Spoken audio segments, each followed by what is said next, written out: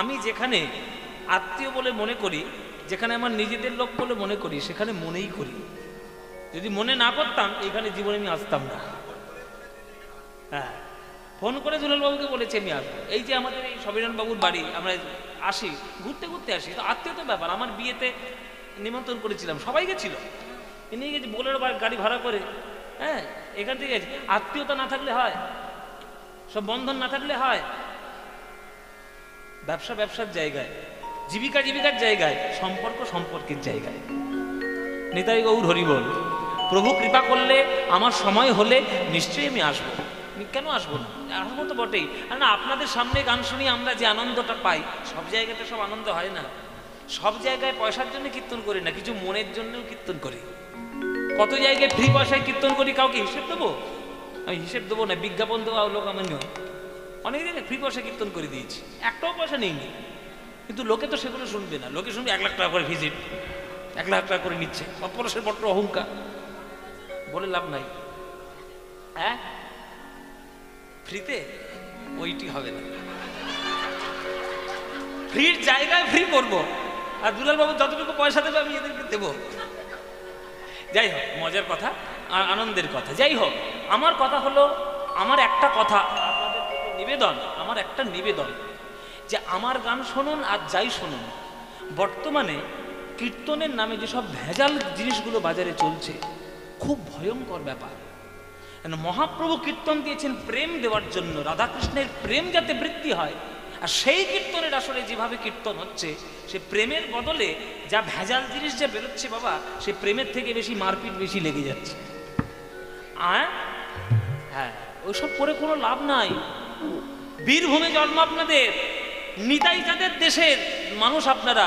আমার তো বিশ্বাস, আমার তো মনে হয়, এটা আমার ধারণা, যে ধানগুলো যে জমিতে হচ্ছে, ওগুলো ধানের মধ্যে থেকেই ভক্তির স্রোত বইছে।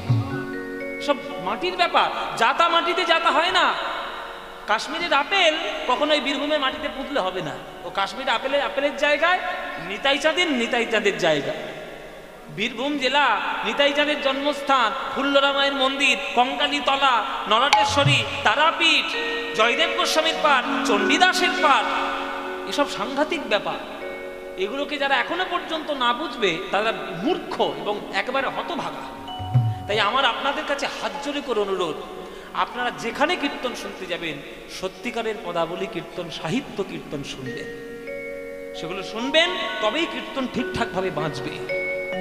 হ্যাঁ, চলুন, আজকে আমরা গৌরচন্দ্রিকার স্মরণ করলাম, এইবার যাব আমরা বৃন্দাবনে। সাহিত্যের গান গাইতে গাইতে আমরা বৃন্দাবনে যাব। কোনো বেখাপ্পা কথা আর কোনো বেখাপ্পা গান গেয়ে কীর্তনের আসন নষ্ট করা যায় না, উচিত নয়। যেটা প্রসঙ্গক্রমে আসবে সেই গান করো, যেটা সাহিত্যের রুচিবর্ধক সে গান করো, কিন্তু সব জিনিস নয়। কোথায় কোন অলঙ্কার সাজবে, সেই অলঙ্কার সাজানো জানতে হয়। চলুন, এখান থেকে আজকের দারুন্দা থেকে আমরা গান শুনতে শুনতে বৃন্দাবনে যাব। যে গানটি গেয়ে বৃন্দাবনে আমি যাব, এই গানটি আমার তো খুব প্রিয়। আমি জানি না আপনাদের প্রিয় কিনা, শুনলে আপনারা বুঝতে পারবেন যে আপনাদের প্রিয় কিনা। গোঠের রাখা বলে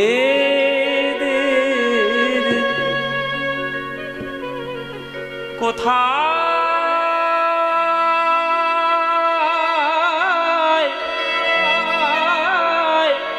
বৃন্দাবন,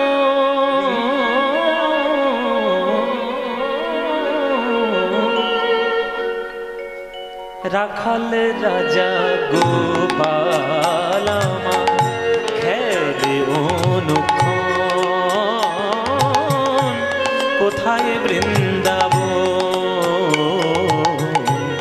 গোঠের রাখাল বলে দে রে, কোথায় বৃন্দাবন, রাখাল রাজা গোপাল খেলে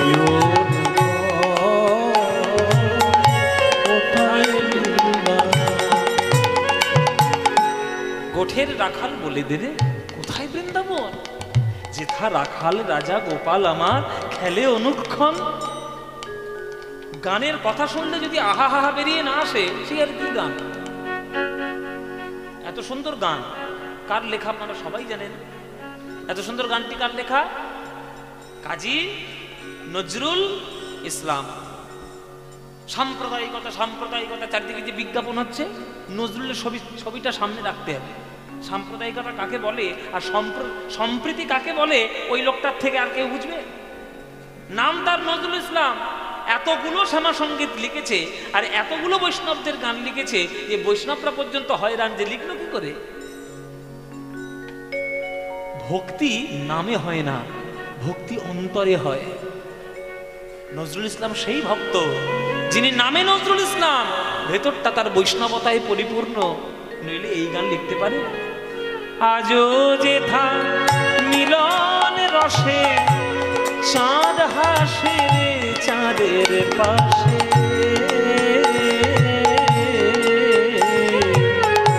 আজও যে থা মিলন রসে চাঁদ হাসে চাঁদের পাশে, বাজে রে হাসে রে চাঁদ হাসে রে চাঁদের পাশে। ও মায়েরা, আকাশে কটা চাঁদ গো? হ্যাঁ, একটাই। তাহলে বৃন্দাবনের আকাশে কটা চাঁদ? বলে একটাই, আবার কটা চাঁদ হবে? বৃন্দাবনের আকাশে কি আবার আলাদা নাকি? ও মায়েরা, বৃন্দাবনের আকাশে আছে একটা চাঁদ, সেটা হচ্ছে চন্দ্র দেবতা চাঁদ মামা। কিন্তু বৃন্দাবনের মাটিতে আছে দুইখানা চাঁদ। আজও যে ধামিলন রসে চাঁদ হাসে রে চাঁদের পাশে, আজও যে থা মিলন রসে চাঁদ হাসে রে চাঁদের মায়েরা চাঁদ হাসে রে চাঁদের পাশে। বলো এবার কে কি চান বলো? এটা মানে কি? কৃষ্ণ, আর এটা মানে রাধা। তাহলে রাধার বদনটাও একখানা চাঁদ, কৃষ্ণের বদনটাও একখানা চাঁদ। ওই দুটো চাঁদের মিলনে যে জ্যোৎস্নাটা তৈরি হয়েছে, ওই জ্যোৎস্নায় গা ভাসানোর জন্য আমাদের সবাইকেই রাধে রাধে বলে বৃন্দাবনের ধুলায় গড়াগড়ি দিতে হয়। আজও যে মিলন রসে চাঁদ হাসে রে চাঁদের পাশে, যেথা পথের ধুলায় ছড়িয়ে আছে, পথের ধুলায় ছড়িয়ে আছে শ্রীহরিচন্দন, কোথায় বৃন্দাবন কোথায় রাখাল বলে রে। হরি বল, বলো কোথায় বৃন্দাবন রাখাল রাজা গোপাল, দিও মুখ কোথায় বৃন্দাবন। যেথা কৃষ্ণ নামের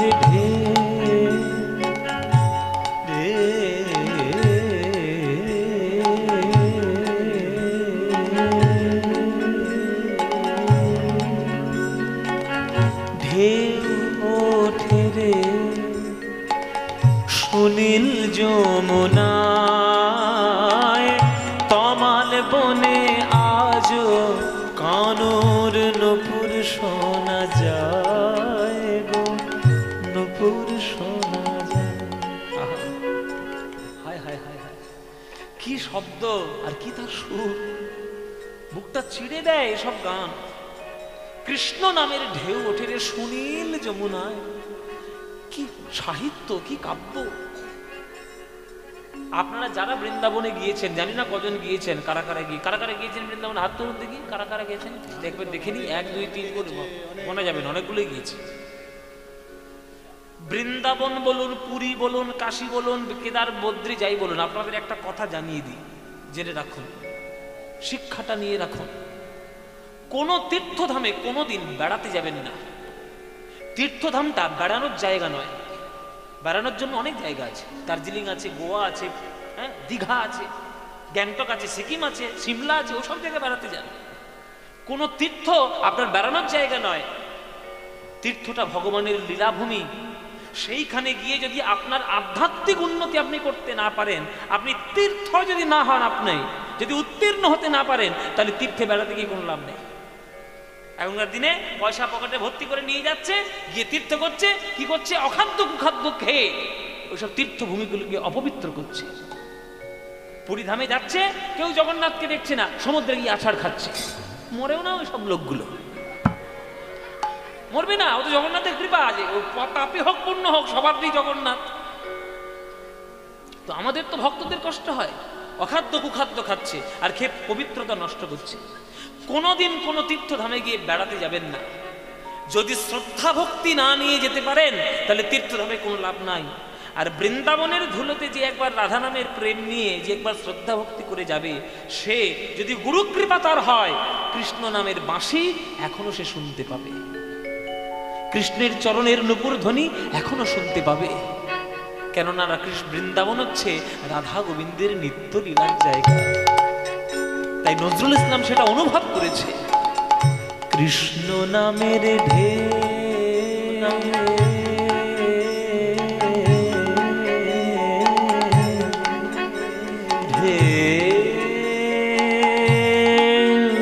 ওঠে রে সুনীল যমুনা,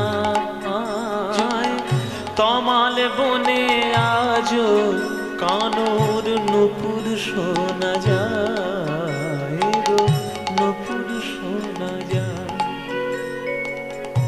আজও যেথা কদম তলে বেনু বাজে সাঁঝ সকালে, আজও যেথা কদম তলে বেনু বাজে সাঁঝ সকালে, বাজে রে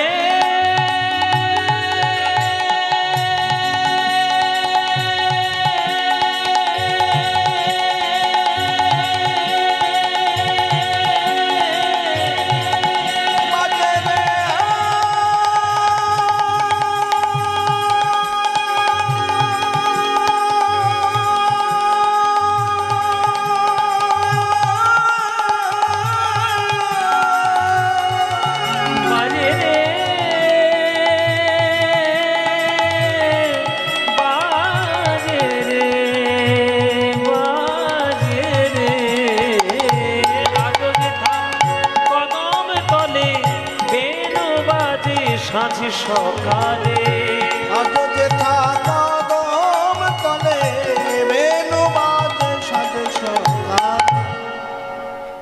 সাঁঝ সকাল মানে কি? সাঁঝ মানে কি? সন্ধ্যা, সকাল মানে সকাল। তাহলে কৃষ্ণ সকালেও বাঁশি বাজায়, সন্ধ্যাতেও বাঁশি বাজায়। যে বাঁশিটা তিনি বাজান সেই বাঁশিটার নাম বেনু। কেননা কৃষ্ণের তিনটে বাঁশি ছিল, একটা বংশী, একটা বেনু, একটা মুরলী। বংশী প্রেম লীলায় বাজাতে কাজে লাগে, বেনু গোষ্ঠলীলায় বাজাতে কাজে লাগে, আর মুরলী রাসলীলায় বাজাতে কাজে লাগে। তাহলে নজরুল ইসলাম কত বড় সত্য কথা তিনি গানের মধ্যে লিখেছেন। ভুল ভাল লিখে ভুজুং ভাজুং দিয়ে ভক্তদের মনে আঘাত করেননি। তিনি তো লিখতেই পারতেন, যারা অশিক্ষিত কবি হবে তারা তো লিখবে ওই আজও যেটা কদম তলে বংশী বাজে সাঁঝ সকালে, বাঁশি বাজে সাঁঝ। আরে কোন বাঁশি সেটা তো জানতে হবে। বেনু নজরুল ইসলাম একদম পরিষ্কার করে লিখেছে। কত সাহিত্য এবং কত ধর্ম শাস্ত্র বোধ থাকলে একটা সঠিক সুন্দর গান লেখা যায়। আজও যেথা কদম তলে বেনু বাজে সাঁঝ সকালে, আজও যেথা কদম তলে বেনু বাজে সাঁঝ সকালে, যেথা নিত্য লীলা মামাগারে দারে গারে গা নিত্য লীলা সাবা মামা মামা মামা মামা গারে গারে গা পদা মামা মামা গারে মামাগারে দারে গা গা পামাগারে দারে গা গা পামাগারে দারে গারে গা। নিত্য লীলা করে আমার মদন মোহন, কোথায় বৃন্দাবন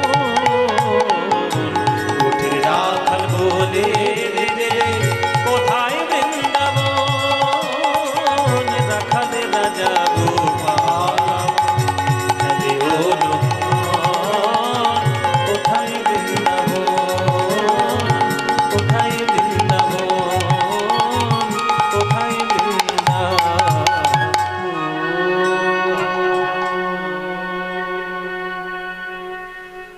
বৃন্দাবনং সখি ভুববিতো নোতি কীর্তি, यद देवकी सुत पदाम्बुजलब्ध लक्ष्मी, गोविंद वेणुमनमत्त मयूर नृत्यं प्रेक्षाति सान्य परतान्य समस्त सत्वम। सबाई बोलन वृंदावन धाम की, वृंदावन धाम की, वृंदावन धाम की। श्रीमती राधा रानी की, श्रीमती राधा रानी की, श्रीमती राधा रानी की। बोलो प्रेम से राधे राधे, बोलो राधे राधे, রাধে রাধে। ও মায়েরা, বৃন্দাবনে গিয়ে কাউকে বলতে শুনেছে হরি হরি? কেউ বলে? কেউ বলেছে কৃষ্ণ কৃষ্ণ? কেউ বলে? সবাই বলে এক কথায় রাধে রাধে। তাহলে রাধা নামের এক ব্যক্তি, রাধা নামের এক ভক্ত কি ভালোবেসেছেন ভগবানকে, যে বিশ্ব ব্রহ্মাণ্ডে সেই ভগবানকে নিজের ভালোবাসায় বশীভূত করে নিয়েছে। কৃষ্ণ জগৎ বিশ্ব ব্রহ্মাণ্ডের মালিক, কিন্তু বৃন্দাবনের নয়। বৃন্দাবনে কেউ কৃষ্ণ কৃষ্ণ বলে ঢুকবে না, সবাই বলবে রাধে রাধে। তাহলে রাধারানীর সেই ভক্তি, রাধারানীর সেই প্রেম আমরা যদি অন্তর দিয়ে অনুভব না করি, হ্যাঁ, সেই প্রেম যদি আমরা কৃষ্ণের প্রতি না করতে পারি, তাহলে কিভাবে হলো? আর কি পেলে জীবনে? কিছুই নয়। চলুন আজকে আমরা রাধারানীর দেখব অনুরাগ অংশ। রাধারানীর অনুরাগ, অনুরাগ কাকে বলে? মিলনের পরের যে ভালোবাসা সেটাকে বলে অনুরাগ, আর মিলনের পূর্বের যে ভালোবাসা সেটা পূর্বরাগ। সোজা কথা, মিলনের আগের ভালোবাসাটা হচ্ছে পূর্বরাগ, মিলনের পরের ভালোবাসা হচ্ছে অনুরাগ। এই অনুরাগ কাকে বলে? শাস্ত্রে আমাদের রূপ গোস্বামী উজ্জ্বল নির্মলী গ্রন্থে একেবারে উজ্জ্বল অক্ষরে লিখেছে, সদানুভূতমপি কুর্যান্নবন্নব প্রিয়ম রাগো ভবন্নবন্নব সৌনুরাগয়িতি রিয়তে। মানেটা কি? সদা অনুভব করা সত্ত্বেও কুর্যান্নবন্নব প্রিয়ম, প্রিয়তমকে বা প্রিয়তমাকে সদা সর্বদা নতুন নতুন বলে মনে হয়। রাগও ভবন্নবন্নব, ভালোবাসাও সর্বক্ষেত্রে নতুন নতুন বলে প্রতিভাত হয়। সেই মনের টানকে সৌনুরাগয়িতি রিয়তে, তাকে অনুরাগ বলা হয় রূপ গোস্বামীর শ্লোক অনুসারে। আস্তে আস্তে কথা না, সোজা বাংলায় বলতে গেলে, চলতি কথায় বলতে গেলে, ভালোবাসা যে মনের টানে কোনোদিন কখনো বাসি হতে চায় না, সেটাই হচ্ছে অনুরাগ। ভালো করে বুঝে দেখুন বাবা ও মায়েরা, বাসি খাবার কাকে বলে? বাসি খাবার কাকে বলে? আজকের খাবার যদি কালকের খাই, বা সকালের রান্না যদি রাত্রে খাই, তাহলে সেটা বাসি খাবার। বাসি খাবার কেউ কখনো খায়? সবাই খেতে চায় না। যদি শরীর খারাপ হয়, তাহলে শরীর খারাপের ভয়ে বাসি খাবার কেউ খায় না। কিন্তু যে খাবারটা যতবারই খাবেন ততবারই টাটকা বলে মনে হচ্ছে, সেটা হচ্ছে ঠিকঠাক খাবার। তাহলে যে ভালোবাসা রাধারানীর কাছে কৃষ্ণকে সব সময় নতুন নতুন বলে মনে করাচ্ছে, সেইটাই হচ্ছে রাধারানীর অনুরাগ। কি অপূর্ব শ্লোক আর কি অপূর্ব ব্যাখ্যা, যে ভালোবাসা কখনো বাসি হতে চায় না। কিরকম বাসি না, দেখুন সকালবেলায় যখন কৃষ্ণ গোষ্ঠে যাচ্ছে রাস্তা দিয়ে, তখন রাধারানী ছাদের উপর থেকে দেখেছেন কৃষ্ণকে, দেখেছেন। সূর্য পূজার মণ্ডপে গিয়ে দুপুরবেলায় দেখেছেন। কৃষ্ণ যখন গরু বাছুর নিয়ে ঘরে ফিরছে উত্তর গোষ্ঠে, তখনও দেখেছেন। আবার রাত্রির বেলায় কেশরকুঞ্জে, তখনও দেখেছেন। কিন্তু যতবার রাধারানী কৃষ্ণকে দেখছেন, রাধারানীর মনে হচ্ছে এই বোধহয় জীবনের প্রথম দেখলাম। ও মায়েরা, নায়ক আর নায়িকা, তোমাদের সিরিয়ালের ভাষায় না বোঝালে বুঝবে না। শুনে নাও, নায়ক নায়িকা, এক নায়ক যদি এক নায়িকার সঙ্গে সব সময় থাকতে থাকে, সকাল সন্ধ্যে দিন রাত যদি চোখের সামনে দেখে, বলবে না সাধারণ নায়ক যে চোখে চালসে পড়ে গেল? নতুন নতুন বলে মনে হবে? জীবনে মনে হবে না। যখন ভালোবাসা তৈরি হচ্ছে, তখন বধূ গো, সোনা গো, বাবা গো, বাবু গো, কত রকম কথা। আর যেই 10 বছর পর বিয়ে হয়ে যাবে, মুখটা দেখলেই যেন গা পিত্তি জ্বলে যাচ্ছে। এরকম হচ্ছে না? এগুলো আমাদের সাধারণ নায়ক নায়িকার ভালোবাসার ক্ষেত্রে হয়, যে 10 বছর পরে দেখলে এই উল্টো পাল্টা কথা বললে ঝগড়া শুরু হয়ে গেল। আর যদি অতিরিক্ত ঝগড়া হয়ে গেল, তাহলে হাইকোর্টে দৌড়তে হবে। দিবসে জ্বালায় জ্বালায় জ্বলে যাচ্ছে, তোমরা কত জ্বলছে জানি না, এ জ্বলে যাচ্ছে বেশি, এ জ্বালায় জ্বালায় জ্বলছে। আর এ জ্বালা আমায় দিয়েছে, এই সর্বনাশ করেছে এইটা।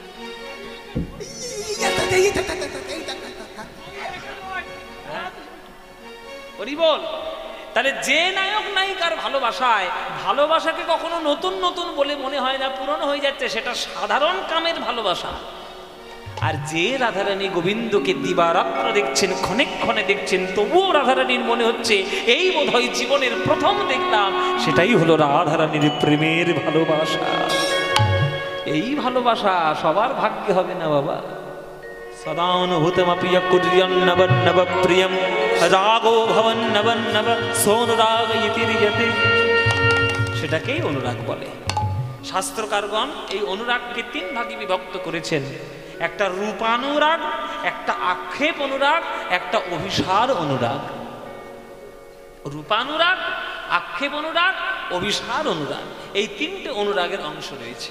আজকে আমরা তিনটে অনুরাগেরই এক একটা করে পদ আপনাদেরকে শোনাবো। চলুন, প্রথমে আমাদের রূপের অনুরাগের শোনাতে হবে। সন্ধ্যাবেলায় রাধারানী কাঁখে কলসে নিয়ে গোবিন্দকে দেখে এসেছেন যমুনার ঘাটে। যমুনার ঘাটে দেখে এসে বাড়িতে এসে সে সোনার কলসে সে ভেসে চলে গেছে যমুনায়, আর বাড়ি আনতে মনে নাই। ও মায়েরা, কম দামের বস্তুটা তখন হারিয়ে যায় কখন? যখন বেশি দামের বস্তুটা পাওয়া যায়, তাই না? খুব ভালো করে বুঝুন, এসব পদাবলী কীর্তন তো ভেতরের ব্যাখ্যাগুলো বুঝতে হবে। কম দামি জিনিসটা হারিয়ে যাচ্ছে কখন? না যখন তার থেকে বেশি দামের বস্তুটা আমি পাচ্ছি। যখন আমার পয়সা ছিল না, আংটি পরার খুব শখ, পয়সা নাই, কি করব?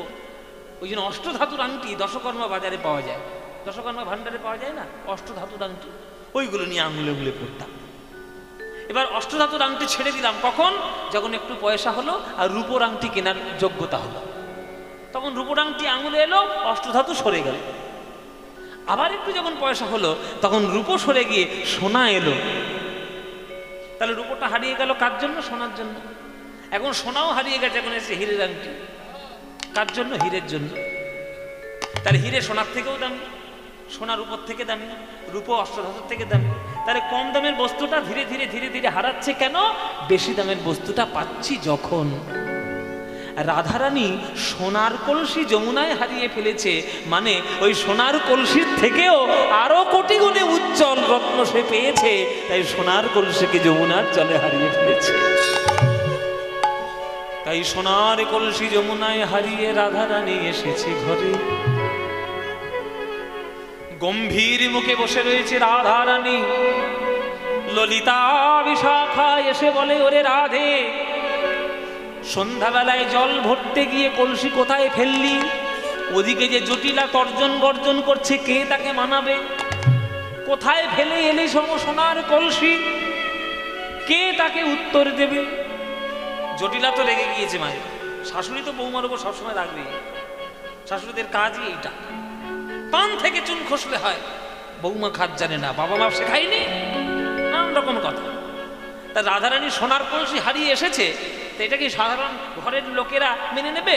ও বৌমা, জটিলা ধরেছে, আমরা কি রাজার মেয়ে না জমিদারি বংশ আমাদের? সোনার কলসি হারিয়ে ফেলেছে, অপয়া কোথাকার।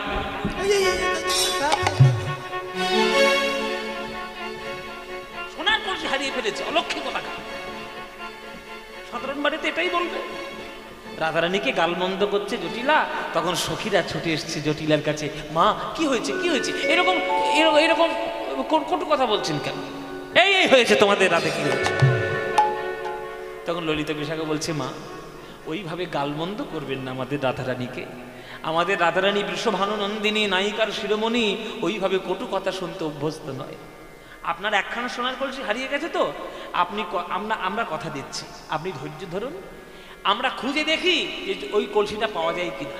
যদি পাওয়া যায় ভালো, আর যদি না পাওয়া যায় রাধারানীর বাবা বৃষভানুর কাছ থেকে বলে কয়ে আপনার জন্য 10খানা সোনার কলসি এনে দেব। 10টা।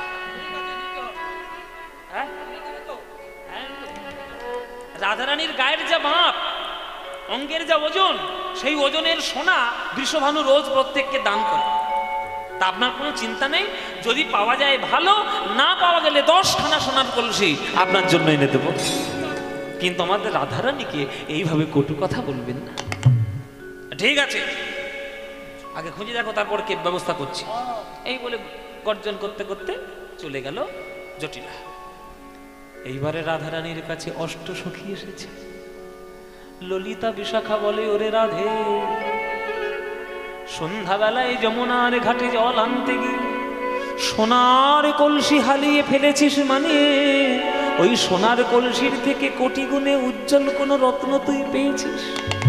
কি পেয়েছিস বল, কি পেয়েছিস বলে ওরে রাধে। তোর সেই রত্নের ধন্যতায় আমরাও একটু ধন্য হয়ে যাই। তখন রাধারানী বলে, ওরে ললিতা রে বিশাখা রে, যমুনার ঘাটে যে রূপ আমি দেখে এলাম, পৃথিবীর কোন রূপ তার কাছে কিছু না।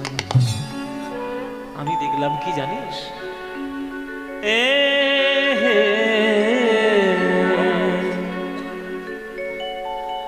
আরে কি বা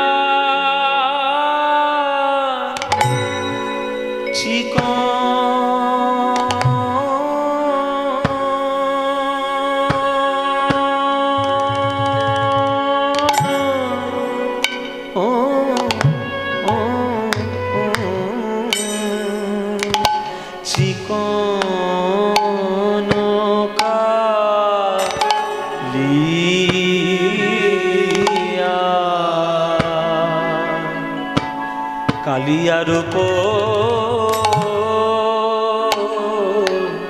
চিকন কালিয়ার উপর মরণে লাগে।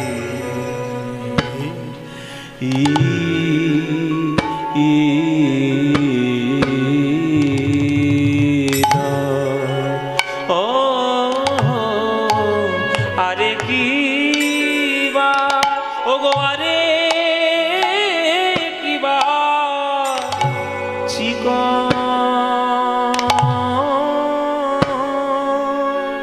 তিয়ট তাল, গৌরী তিয়ট। সখীরে তারা বুঝি ভালো করে, তারা বুঝি ভালো করে দেখে, দেখে নাই, দেখে নাই, দেখে নাই গো। ওগো, ওগো যারা কৃষ্ণ গান বলে, গোবিন্দের আলো,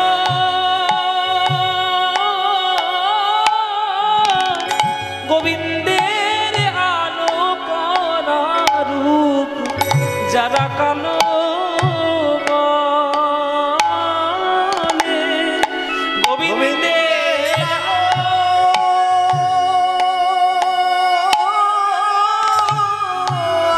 আলো করা রূপ কালো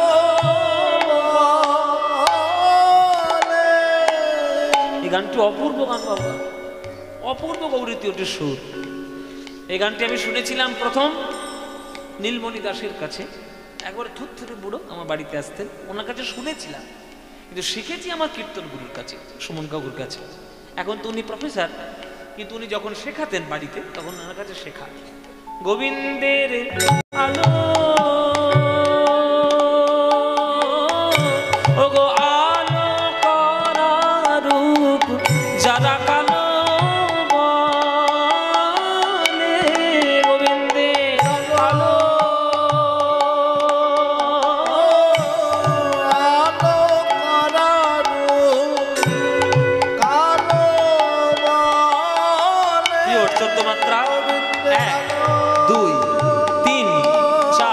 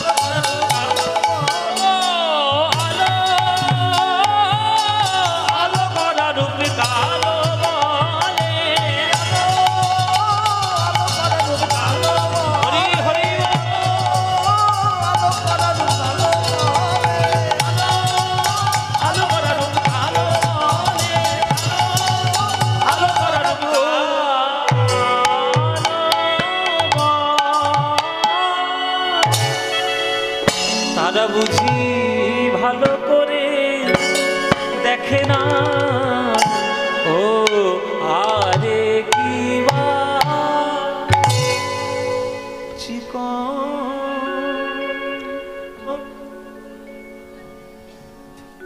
চিকন কালিয়া রূপ মরমে লাগিল ধরনে না যায় মরহিয়া। ও মায়েরা কি হয়েছে যে বড় বড় হাই উঠছে যে? ও বড় বড় তাল শুনে বড় বড় হাই উঠছে। কি গো মায়েরা বলো তো চিকন শব্দের অর্থ কি? শুধু পদা বলে শুনলে হবে না, তার ব্যাখ্যাগুলো তো জানতে হবে। চিকন শব্দের অর্থ কি? চিকন শব্দের অর্থ এক একটা জায়গায় এক এক রকমের। এটা আমাদের পশ্চিমবঙ্গ, এখানে চিকন শব্দের অর্থ আলাদা। ওই পারে হচ্ছে পূর্ববঙ্গ, বাঙালদের কাছে চিকন শব্দের অর্থ আলাদা। বাঙালদের কাছে মানে পূর্ববঙ্গের লোকেদের কাছে চিকন শব্দের অর্থ হচ্ছে ফর্সা, অত্যন্ত ফর্সা, সুন্দর, চিকনা বলে। হ্যাঁ, চিকনাই বলে না, চিকনাই। চিকন শব্দের অর্থ চিকন থেকেই এসছে। ওইদের দেশে অর্থ হচ্ছে ফর্সা। আমাদের পশ্চিমবঙ্গে কোথাও কোথাও চিকন শব্দের অর্থ হচ্ছে সরু। অনেকে বলে না চিকন পাড়ের ধুতি দাও, চিকন পাড়ের শাড়ি দাও। চিকন মানে সরু, কিন্তু পদাবলী সাহিত্যে যে চিকন শব্দটা বলা হচ্ছে এটা সরুও নয়, এটা ফর্সাও নয়। এই শব্দের অর্থ হচ্ছে মসৃণ। মসৃণ কালো কৃষ্ণ রূপ মরমে লাগিল ধরনে না যায় মরহিয়া। ওরে ললিতা রে, ওরে বিশাখা রে, যমুনার ঘাটে যে গোবিন্দ রূপ আমি দেখে এলাম, এই গোবিন্দের রূপ যেন আমার হৃদয়ে এমন ভাবে আঘাত করেছে, জগতে কিছুই আমার আর প্রয়োজন নাই, তাই সকল রত্ন ভাসিয়ে দিয়ে এলাম যমুনার জলে। চিকন কালিয়া রূপ মরমে লাগিল ধরনে না যায় মরহিয়া। গোবিন্দের মুখখানা কেমন জানিস? কত চাঁদনী নাড়িয়া বধূর মুখখানি মাঝি আছে গো, কত চাঁদনী নাড়িয়া বধূর মুখখানি মাঝি আছে গো, কত চাঁদনী মুখখানি মাঝি আছে, কত চাঁদনী নাড়িয়া। দেখুন কত চাঁদ নিঙাড়িয়া। আস্তে আস্তে ও মায়েরা, আগেকার দিনের মেয়েদের, আগেকার দিনের লোকেদের বিশ্বাস ছিল, মানে মনে করত যে আকাশে যে চাঁদটা উঠেছে ওটা হচ্ছে একটা বিরাট ধরনের অমৃতের রসগোল্লা। অমৃতের রসগোল্লা, রসগোল্লা চিপলে কি বেরোবে? রস বেরোবে। তেমনি চাঁদকে চিপলে অমৃত বেরোবে। এটা আগেকার দিনের ধারণা, কোনো শাস্ত্র প্রমাণ নয়। লোকেদের ধারণা যে চাঁদকে চিপে ধরলে বিন্দু বিন্দু অমৃত ঝরবে। আর পদকর্তা বলছেন যে বিশ্ব ব্রহ্মাণ্ডের যত চাঁদ আছে সবাইকে নিংড়ে নাও, আর সব চাঁদ নিংড়ে নিয়ে যে অমৃত বিন্দু বেরোবে সেই অমৃত দিয়ে নাকি গোবিন্দের বদনকে মাজা হয়েছে। সেই অমৃতময় মুখ, কত চাঁদনী নাড়িয়া বধূর মুখখানি মাঝি আছে গো, কত চাঁদনী নাড়িয়া বধূর মুখখানি মাঝি আছে গো, না জানি তাই কত সুধা দিয়া, কত সুধা দিয়া। ও কি আহারে কত সাজায়, কত সুধা দিয়া, কত সুধা দিয়া।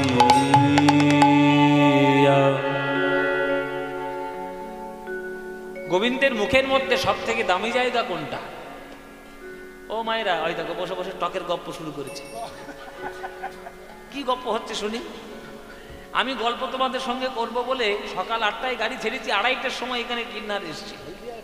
হ্যাঁ, কালকে রাত 4টের সময় বাড়ি ফিরেছি জানো। সকাল থেকে মাথাটা গরম হয়েছিল একবার।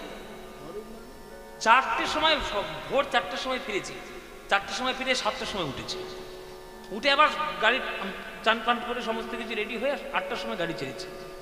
যেভাবে কলকাতায় জ্যাম আর আপনাদের বর্ধমানে যে অবস্থা হচ্ছে বাপরে বাপ। 2:30টার সময় বাপিদের বাড়িতে এসেছি। একটু খাওয়া দাওয়া করে একটু শুয়ে সঙ্গে সঙ্গে আবার আমাদের দুলালবাবু ফোন করছে, কই কই আপনার কই, সময় হয়ে যাচ্ছে, গানে চলে যা। পরিশ্রমটা, পারিশ্রমিকটা এমনি এমনি নিই না, কষ্ট করতে হয়, তবে নিতে হয়।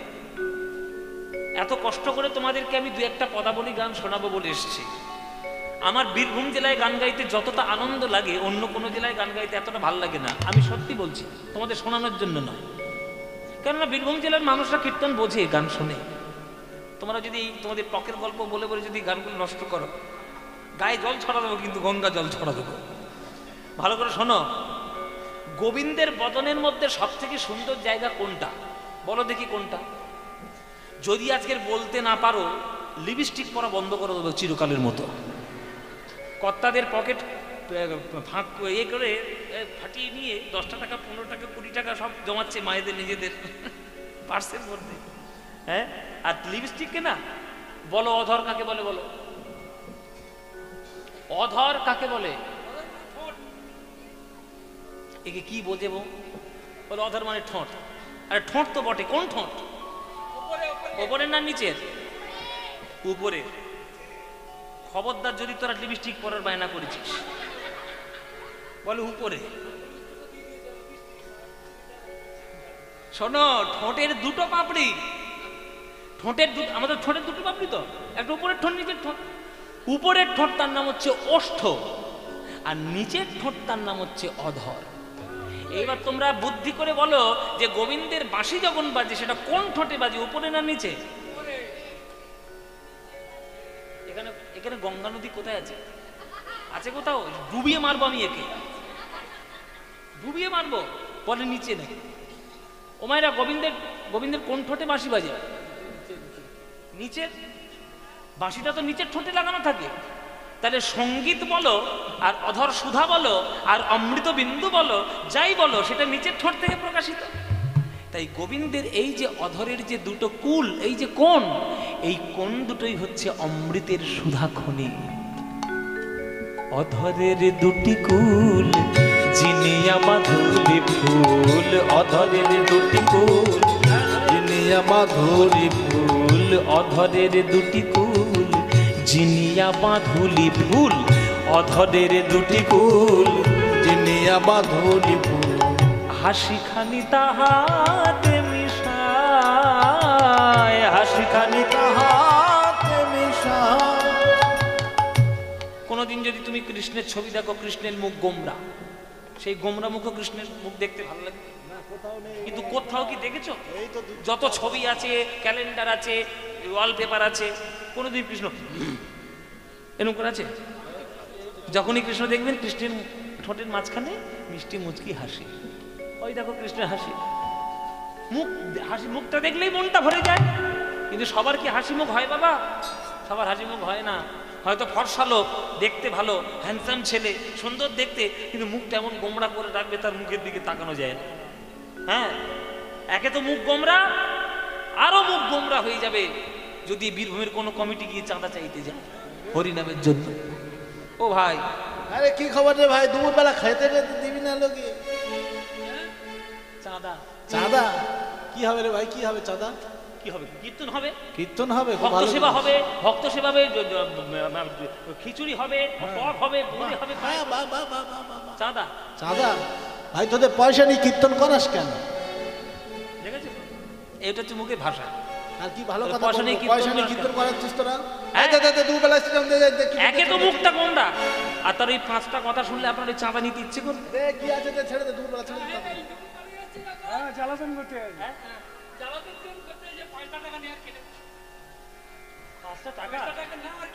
5টা টাকার চেহারাটা শুধু দেখো বাবা। বলে কিন্নারে বাজার করতে গিয়ে ফিরেছিল, ওটা খাতার পাতার তলে লেগেছি।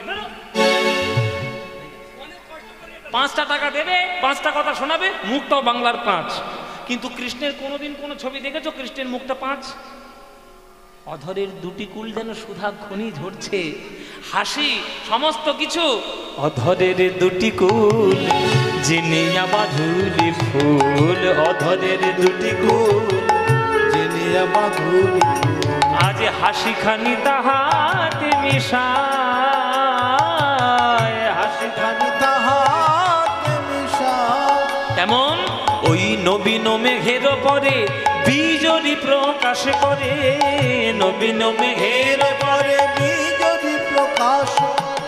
মায়েরা, মেঘে মেঘে ঘর্ষণের ফলে মেঘের আকাশে কি উদয় হয়?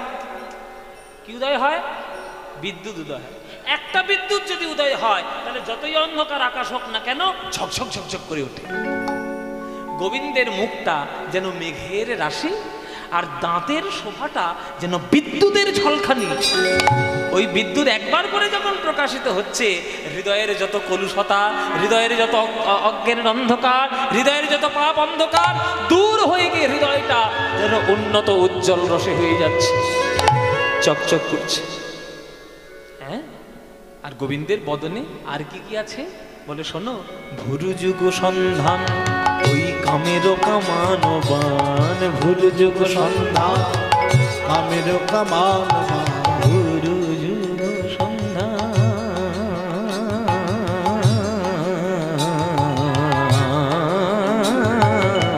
ভুরু যুগ সন্ধান কামেরও কামানো বান, হিঙ্গুলে মণ্ডিত দুটি আখি রে, হিঙ্গুলে মণ্ডিত দুটি আঁখি। ও মাইরা, এই শীতকালে তোমাদের এদেশে আসে কিনা আমি জানি না, শীতকালে বিহারিরা কাঁধে তুলোর বস্তা নিয়ে আর লেপ তৈরি করার জন্য গ্রামে গ্রামে ঘরে না আসে? আপনাদের এদিকে? আমাদের দিকেও আসে।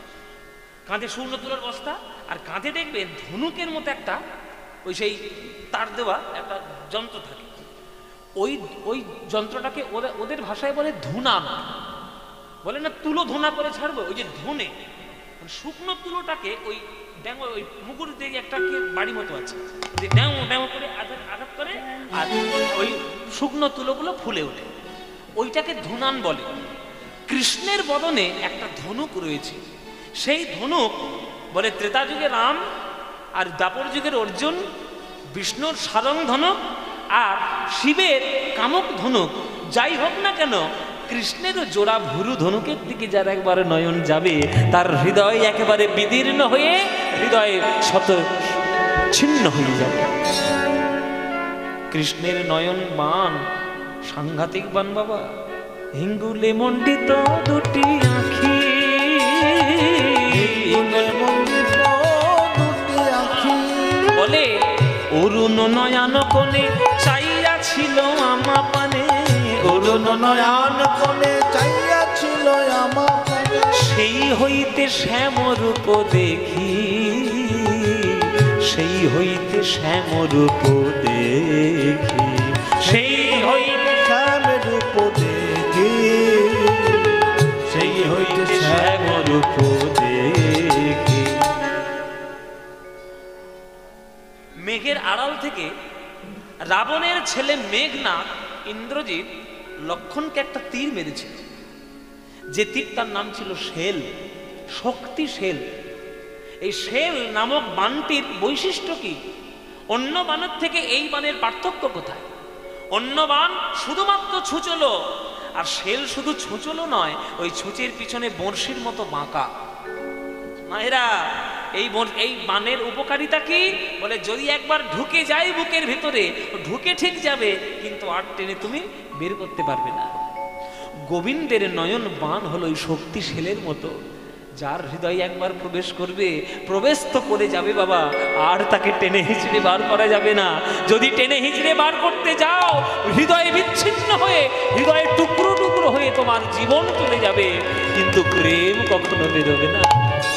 অরুণ নয়ন কোণে চাইয়া ছিল আমা পানে, অরুণ নয়ন কোণে চাইয়া ছিল আমার পানে, আর সেই হইতে শ্যামরূপ দেখি, সেই হইতে শ্যামরূপ দেখি, সেই হইতে শ্যামরূপ দেখি, সেই হইতে শ্যামরূপ দেখি। ললিতা বলছে, আচ্ছা রাধে, তুই যে এই সর্বনাশটা যে যমুনার ঘাটে করে এসছিস, বড়াই করে তো বলছিস আমাদের কাছে, তা তুই তো একটা রাজনন্দিনী, নায়িকার শিরোমণি, বৃষভানু নন্দিনী, প্রেমকান্তা চূড়ামণি, অষ্টকবির শিরোমণি, একটা প্রকৃত নায়িকার মধ্যে যা যা গুণ থাকার দরকার সবগুলো সম্পূর্ণরূপে তোর মধ্যে রয়েছে। তা তুই এত বড় একটা নায়িকার শিরোমণি হয়ে কোথাকার একটা রাখাল ছেলের প্রেমেই মজে গেলি? হ্যাঁ, তো লজ্জাও করলো না? তুই একটা রাজার মেয়ে হয়ে একটা রাখাল ছেলের প্রেমে পড়লি? তোর এই সর্বনাশী কাণ্ডটা কখন থেকে ঘটলো রাধে? তখন রাধারানী বলছে, ওরে ললিতা রে, একবার যখন প্রেম সাগরে ডুব দিয়েছি আর তো ফিরে আসার কোনো রাস্তা নাই। কিন্তু এই সর্বনাশ আমার হলো কবে জানিস? যেদিন আমি যমুনার ঘাটে জল আনতে গিয়েছিলাম। যমুনার জল হইতে উঠিয়া আসিতে পথে, যমুনার জল হইতে উঠিয়া আসিতে পথে, যমুনা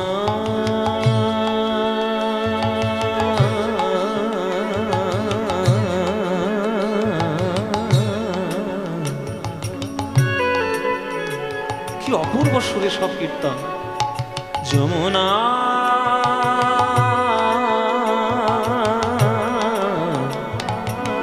যমুনা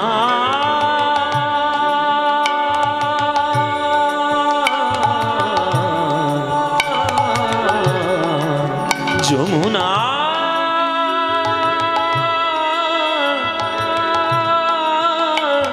যমুনা যমুনা সারে গামা মামা মামা মামা মামা মামা গামা গামা গামা গামা গামা পামা গামা পামা গামা গামা গামা পামা গামা গারে গারে যা সাগরে গা সাগরে জানে নিনে জানে জানে নিনে জানে নিনে জানে সাধা মাধা মাগা সাগা মাধা গা সাগা মানি নি সাগা মা সাগা নে জানে দা মাধা মাগা রে গা জানে নি সাধা দা নি সাধা দা নি সাধা দা নি সা যমুনার জল হইতে আসির পথে সই কিবা অপরূপ তনু, সই কিবা অপরূপ তনু। আজ জ্ঞান দাসেতে কয় শুধুই সে সুধাময়, জ্ঞান দাসেতে কয় শুধুই সে সুধাময়। এই আপনাদের প্রতিবেশী, হ্যাঁ কান্দ্রা প্রতিবেশী আপনাদের ফটিকসাগর পারে, ওই ওনার লেখা গান। এই জ্ঞানদাস ছিল নিত্যানন্দের স্ত্রী জাহ্নবা মায়ের সাক্ষাৎ মন্ত্র শিষ্য। এদের অনুভব ধ্যানের মাধ্যমে পাওয়া সাধারণ অনুভব নয়। মায়েরা এখানে বিয়ে যখন হয়, বিয়ের সময় তত্ত্ব যায় না? তত্ত্ব যায় তো? সেই তত্ত্বের মধ্যে সন্দেশের পুতুল দেওয়া হয় না? দেয়? হ্যাঁ, মাছ, প্রজাপতি, হাতি, ঘোড়া, কত রকম সব এঁকে এঁকে দেয় না? ওই সন্দেশের পুতুল কখনো তত্ত্ব ছিঁড়ে খেয়ে ফেলেছেন? হ্যাঁ, মারবে? কে মারবে? বলে বলে চার বিয়ে হচ্ছে সে মারবে। ও মায়েরা, ওই সন্দেশের পুতুল কোনোদিন ভেঙে খেয়ে দেখবেন। পুতুল যদি করা থাকে, মাথাটা ভেঙে খাবেন, সেটাও যেমন মিষ্টি, পাটা ভেঙে খাবেন, সেটাও তেমনই মিষ্টি। মাথাও যেমন মিষ্টি, পাও যেমন মিষ্টি, তেমনি গোবিন্দের যে রূপকে তুমি প্রত্যক্ষ করবে, সেই রূপেই তোমার হৃদয় গলে গিয়ে তোমার জীবন ধন্য হয়ে যাবে। কেননা কৃষ্ণ অঙ্গ শুধুই সে সুধাময়, জ্ঞান দাসেতে কয় শুধুই সে সুধাময়। সারে গামা মাদা মাদা মামা গামা পামা গামা গারে গাগা গাগা গাগা গারে গারে গা সাগা নে সারে নে নে সা ধাদা নে নে সা ধাদা নে নে সা ধাদা নে নে সা। জ্ঞান দাসেতে কয় শুধুই সে সুধাময়। গোকুলে নন্দের বালা কানু, গোকুলে নন্দের বালা কানু, গোকুল নন্দের বালা কানু, গোকুল নন্দের বালা কানু।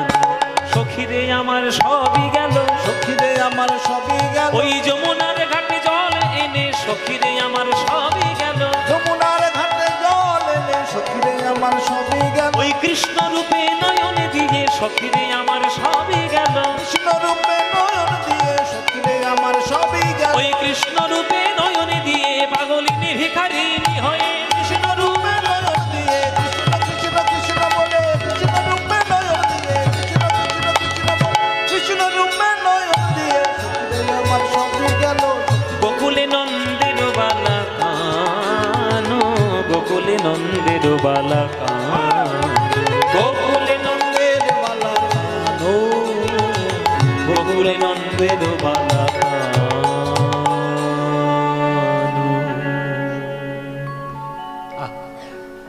অপূর্ব অপূর্ব পদ। তাহলে ভগবানের যে রূপে আপনার হৃদয় গলে যায়, সেটা তো আপনারই কাছে, আপনারই রূপ।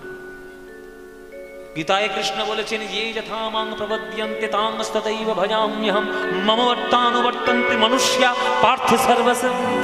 যে আমায় যেমন ভাবে ভালোবাসে আমিও তাকে তেমন ভাবেই ভালোবাসি।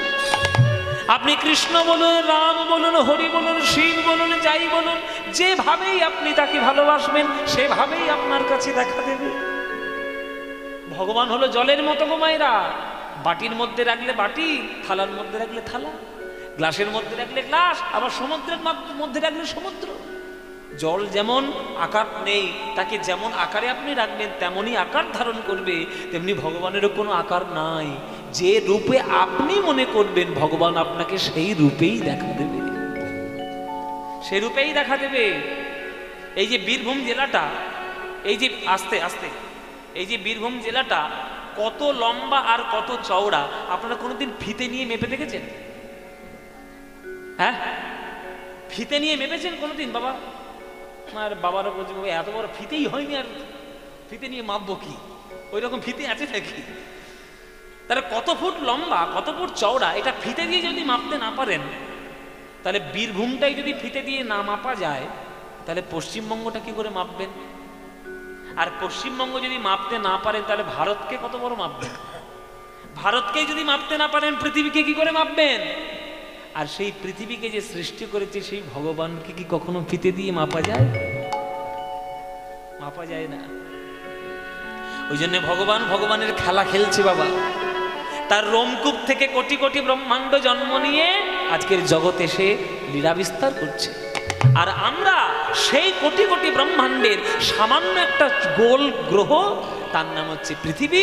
সেই পৃথিবীর মধ্যে সামান্য 3 ভাগ জলের মধ্যে 1 ভাগ স্থল, তার মধ্যে সামান্য সামান্য মানুষ আমরা, অথচ আমাদেরই অহংকার গগনচুম্বী। হ্যাঁ, সাধারণ এখনকার দিনে একটা হাতে স্মার্টফোন পেয়ে গেলে আর কম্পিউটার পেয়ে গেলেই ভাবছি আমি একেবারে টেকনোলজিতে উন্নতি হয়ে গেছে। কত বিজ্ঞান আমার উন্নত, অনেক কিছুই উন্নত নয়। তুমি যদি সামান্য এই টেকনোলজিকে নিয়ে যদি উন্নত বলে মনে করো, তাহলে যে ভগবান এই বিশ্বব্রহ্মাণ্ডকে সৃষ্টি করেছেন তিনি কত বড় টেকনোলজি জানেন, কত বড় টেকনিশিয়ান তিনি। এত সুবিধার নয়। ওই জন্যই তো কবি বলেছে, খেলিছ এ বিশ্বলয়ে বিরাট শিশু। আমার খুব প্রিয় গান, যদি বলেন তাহলেই গাইব, নইলে গেয়ে লাভ কি? গাইব। খেলিছ এ বিশ্বলয়ে বিরাট শিশু, আনমনে খেলিছ প্রলয় সৃষ্টি তব পুতুল খেলা, প্রলয় সৃষ্টি তব পুতুল খেলা, নিরজনে প্রভু নিরজনে খেলিছ। আহা, এসব গান, এসব বর্ণনা দিতে বর্ণনা করা যায় না। আকাশ ব্রহ্মাণ্ড গ্রহ নক্ষত্র সূর্য চন্দ্র তারা যা দেখছেন সব ভগবানের পায়ের তলায় ধুলোর মতো পড়ে আছে বাবা। এই যে রাত হয়েছে, সন্ধ্যা হয়েছে, আকাশের দিকে তাকিয়ে দেখুন টিম টিম করছে তারার আলো। যারা বিজ্ঞান পড়েছে, যারা অ্যাস্ট্রোনট নিয়ে পড়াশোনা করেছে, অ্যাস্ট্রোনমি নিয়ে, তারা বলছে ওই আলোটা যে কতদিন হাজার হাজার পুরনো আলো কেউ জানেই না। ওটা যে কোথায় আছে আর কোন তারার আলো কত বছর পরে যে আমাদের কাছে এসে পৌঁছচ্ছে আমরা জানি না। কেননা বিশ্বব্রহ্মাণ্ডের সব থেকে গতিবেগ কার বেশি? আলো, লাইটের গতি সব থেকে বেশি। সেই লাইটের গতি সূর্য থেকেই পৃথিবীতে আসতে 8 মিনিট 20 সেকেন্ডের বেশি সময় লাগে। আর তুমি যে তারাটা দেখছো ওটা আজকের তারা নয়, বহুকাল আগের তারা। তাই জগতে বর্তমান বলে কিছু নাই বাবা, সব অতীতের মধ্যেই ঘোরাফেরা করছে। এই যে কথাটা বলে দিলাম, অতীত হয়ে গেল, কিন্তু ক্ষণে ক্ষণে অতীত হয়ে যাচ্ছি আমরা। বর্তমান বলে কিচ্ছু নাই, কারণ একটা সেকেন্ড যদি এগিয়ে যায় তাহলে সেটা পিছনে ফেলে গেলাম, সেটা তো এগিয়ে আসবে না। শূন্যে মহা আকাশে তুমি মগ্ন লীলা বিলাসে, শূন্যে মহা আকাশে